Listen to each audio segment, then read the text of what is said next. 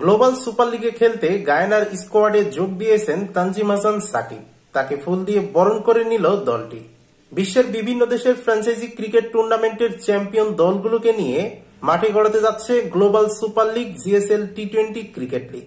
আগামী ২৬ নভেম্বর পর্দা উঠবে এই টুর্নামেন্টের, যেখানে বাংলাদেশ থেকে অংশ নিয়েছে রংপুর রাইডার্স।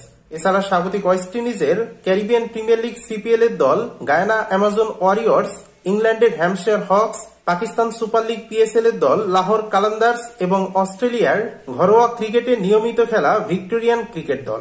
তবে বাংলাদেশ থেকে রংপুর রাইডার্স এই টুর্নামেন্টে অংশ নিলেও পেসার তানজিম হাসান সাকিব খেলবেন ক্যারিবিয়ান প্রিমিয়ার লিগ সিপিএল এর দল গায়ানা অ্যামাজন ওয়ারিয়র্স এর হয়ে।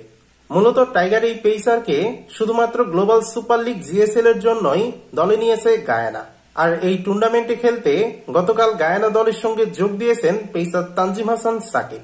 এ সময় টিম হোটেলে সাকিবকে ফুল দিয়ে বরণ করে নেয় ফ্র্যাঞ্চাইজিটি।